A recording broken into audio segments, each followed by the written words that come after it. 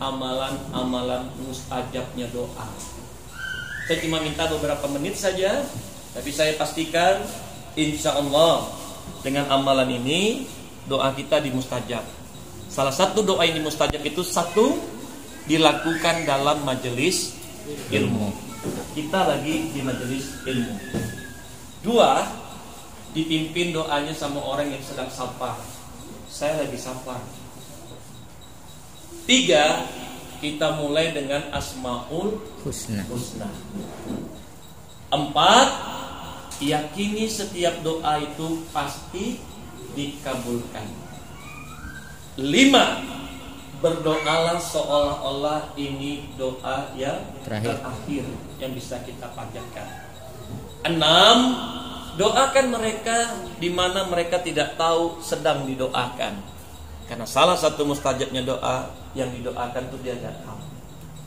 Tujuh, ketika Anda berdoa maka Anda mulai dengan taubatan nasuha. Saya yakin Anda sudah sering taubatan nasuha, khususnya di bulan Ramadan. Tapi pernah ngerasa kumat lagi enggak? Kambuh lagi. Cuma bertahan beberapa bulan. Khawatirnya metode Andanya salah. Taubatan nasuha itu Anda harus punya mental jujur dulu. Jangan pura-pura tak berdosa ke Allah tuh. Anda kan tahu mana orang yang minta maaf tuh betul-betul dari hatinya, mana yang dari lisannya.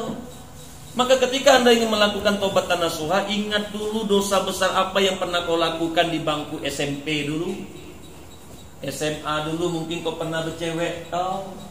Ingat dulu dosa apa yang pernah kita lakukan ke orang tua. Munculkan kembali kejadiannya, peristiwanya. Bayangkan kembali ada siapa aja saat itu, lalu munculkan rasa menyesal yang sangat dalam ke hati kita. Ya Allah, jangan sampai dosa yang kulakukan ini terjadi kembali kepada anakku, ya Allah, putra dan putriku, ya Allah. Munculkan rasa itu. Anda harus bisa connect ke Allah. Siapapun yang ingat, aku ingat. Yang berjalan, aku akan berlari. Aku lebih dekat dari urat nadimu. Anda harus masuk di dimensi itu. Dan yang terakhir, doa yang mustajab itu mulai dengan sedekah. Anda yakin gak selama ini Anda sedekah atau Allah balas berlipat ganda? Yakin gak? Yakin gak? Yakin. Siapa yang yakin? Angkat tangannya. Yang tinggi. Bohong. Kemarin aku pergi ke Taluk Kuantan tuh. Kutanya yang sama. Siapa yakin sedekahnya selama ini Allah balas berlipat ganda? Semua ngangkat tangan sama kayak kalian. Kalau begitu, sedekahkan yang terbaik untuk Allah. Saya mau ingat, di dalam dompet kalian tuh ada uang 100.000, 50.000, 2.000. Berapa yang Anda sedekahkan? 2.000. Istighfar kau. Sementara Anda kalau berdoa selama ini kan mintanya banyak. Ya Allah, berikan aku rezeki agar aku bisa membahagiakan ke orang tuaku. Sedekah kasih yang kecil yang kita punya. Ya Allah, berikan aku rezeki agar aku bisa, ya Allah, menunaikan ibadah umroh dan hajiku. Ketika ngasih ke Allah, kasih lagi yang kecil. Ya Allah, kuatkan daya ingat, daya hafalku menghafal Al-Quran. Ya Allah, berikan aku istri yang soleh, laki-laki yang soleh. Sedekah yang kecil. Maka saya katakan saya tak yakin, karena kalau orang yakin nampak dari sikap dan perilakunya. Ustaz Joni bikin pelatihan safari dakwah di Indonesia. Materi ini bermanfaat kan Anda? Dan ini akan disebarkan oleh Ustaz Joni ke seluruh pulau provinsi di Indonesia, khususnya di Sumatera, di Riau ini. Maka jika Anda yakin, silakan Anda sedekah. Sedekahkan yang terbaik. Tapi ini tak mudah. Mana? Tadi Joni tak sedekah, kita uji aja. Tuh. Dan saya berikan kesempatan Anda, tak terjadi sesuatu di muka bumi ini tanpa seizin Allah. Betul? Dan ketika ada orang yang bersedekah, Anda akan berperang tuh. Ada uang berapa nih? Nak berikan yang paling besar, yang sedang, atau yang kecil ya? Silakan Pak Joni. Keliling saja.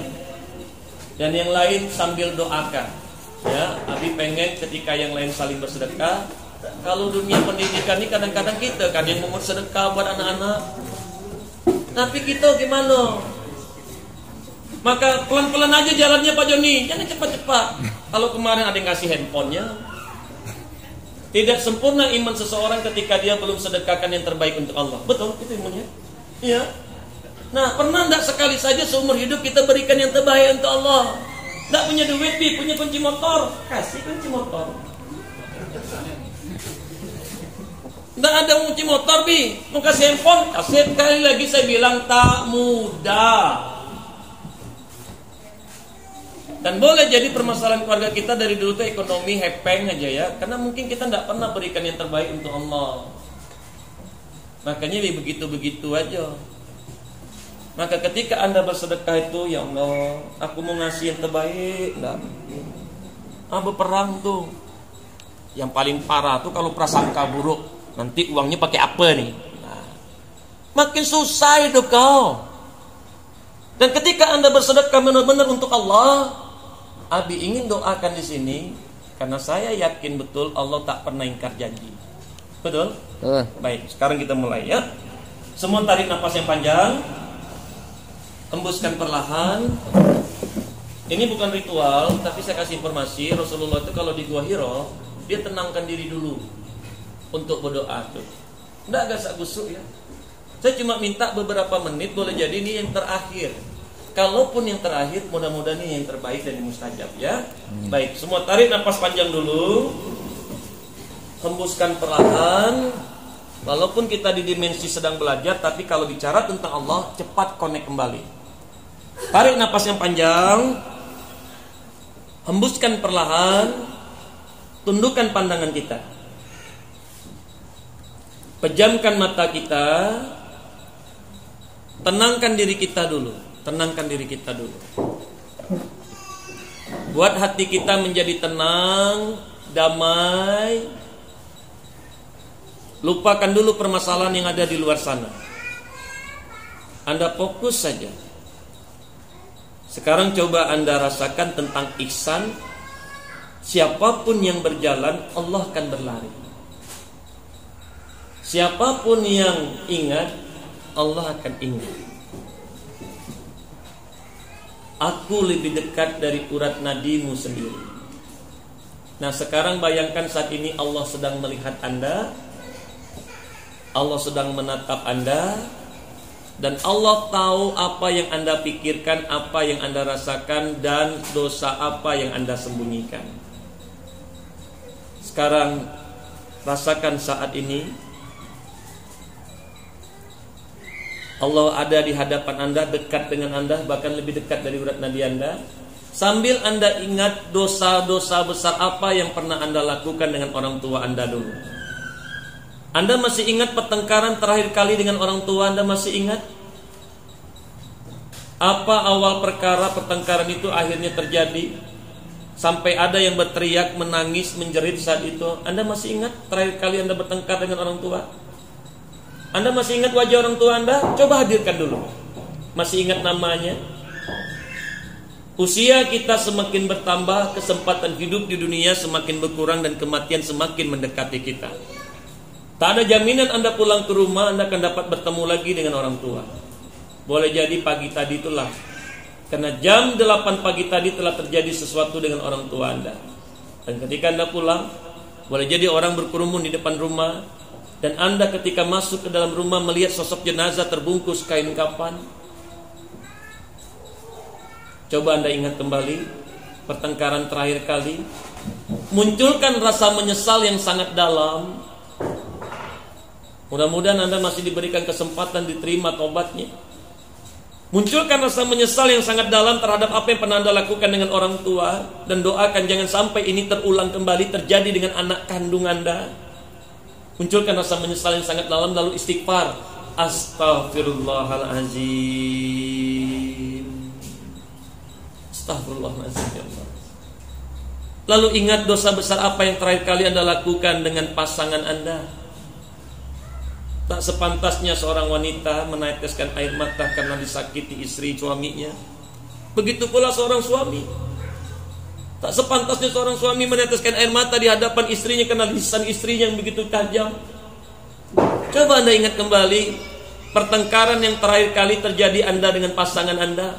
Apa awal masalahnya hingga akhirnya Anda meninggikan suara Anda melantangkan suara Anda?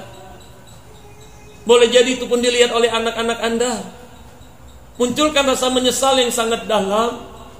Boleh jadi istri Anda nggak bahagia saat ini, suami Anda nggak bahagia saat ini. Munculkan rasa menyesal yang sangat dalam. Jangan sampai ini terjadi dengan anak menantu Anda nantinya. Istighfar. Astaghfirullahaladzim, ya Allah, astaghfirullahaladzim.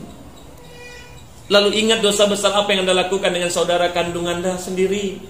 Anda baik dengan orang, loyal dengan orang, punya waktu mendengarkan permasalahan, konsultasi orang. Tapi bagaimana dengan adik kandungmu sendiri, kakak kandungmu sendiri? Boleh jadi dia membutuhkan adiknya saat ini. Boleh jadi dia tidak bahagia dengan suaminya, dengan istrinya saat ini. Dan beberapa waktu yang lalu dia datang meminta bantuan. Tapi apa yang kau katakan? Yang kemarin aja udah ku bantu, Kak. Yang kemarin aja belum kau bayar, Kak. Kau begitu perhitungan dengan saudara kandungmu sendiri. Ketika dengan orang kau tak mau tagih, kau tak mau minta. Tapi kenapa dengan saudaramu sendiri kau perhitungan sementara tahu enggak? Kalau bukan karena doa dari saudaramu itu yang dimustajab karena kau tidak tahu sedang didoakan, mungkin kau tak akan diterima di tempat ini. Kau tak akan jadi guru saat ini. Kau tak akan menikah punya anak saat ini. Boleh jadi kesuksesan Anda ini merupakan bagian dari doa saudara kandung kita.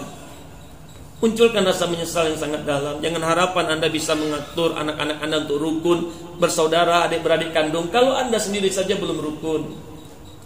Lalu munculkan rasa menyesal yang sangat dalam terhadap dosa yang pernah Anda lakukan dengan anak Anda yang pertama.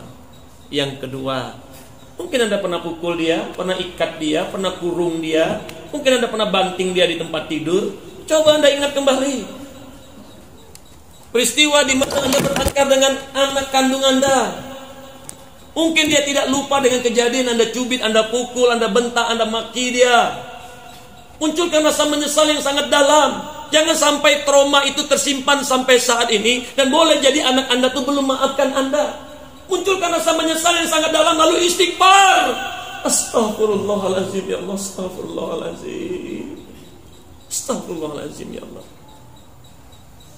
Lalu munculkan rasa menyesal yang sangat dalam terhadap kepala sekolah kita, yayasan kita. Mungkin kita pernah berprasangka buruk. Ingat kembali dosa yang kita lakukan dengan sesama rekan guru di sini. Kita merasa diri kita lebih baik, merendahkan orang lain. Padahal boleh jadi orang yang Anda rendahkan lebih mulia dari Anda. Ingat kembali dosa-dosa yang kita lakukan dengan rekan-rekan sahabat kita di sini. Munculkan rasa menyesal yang sangat dalam. Jangan sampai ketika anak-anak kita nanti menjadi seorang guru, dia akan mendapatkan perlakuan yang buruk dari guru yang lainnya. Munculkan rasa menyesal yang sangat dalam, istighfar. Astaghfirullahaladzim.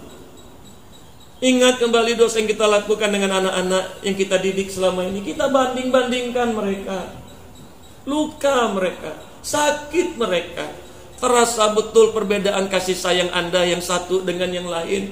Anak itu menatap dari kejauhan. Kenapa aku tidak dapat perlakuan perhatian seperti itu? Anda masih ingat tatapan terakhirnya kepada Anda? Matanya menandakan dia ingin dapat perhatian lebih karena dia tak dapat dari ibu kandungnya. Dia tak dapat dari ayahnya. Harapan dia ke sini bisa bertemu guru-guru yang bisa mengerti, memahami perasaannya. Dia dipukul di rumah. Tapi apa yang dia dapatkan di sini? Ingat, boleh jadi kita saat ini banyak mengecewakan anak-anak yang tidak bisa terperhatikan sama kita. Kalau Anda memperhatikan anak-anak di sini dengan baik, insya Allah ketika Anda tutup usia, banyak anak-anak Anda diperhatikan oleh orang lain di luar sana. Kebaikan itu kembali ke pelakunya.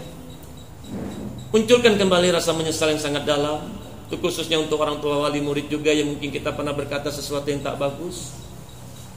Munculkan rasa menyesal juga, terkhusus untuk diri Anda. Sekarang maafkan diri Anda. Saya tahu tidak ada manusia yang sempurna dalam hidup ini, termasuk diri Anda. Anda jangan salahkan sepenuhnya ke diri Anda. Tak ada ibu yang ingin menjadi ibu yang tak baik. Tak ada guru yang tak mau jadi guru yang ikhlas. Tapi semua ini ujian dan kita menghadapi bersama. Maafkan diri Anda. Tak semua kesalahan itu karena ulah Anda, karena diri Anda. Maafkan diri Anda. Maafkan. Buat hati Anda menjadi sabar, ikhlas, tenang, dan kuat untuk menghadapi kembali ujian yang sama.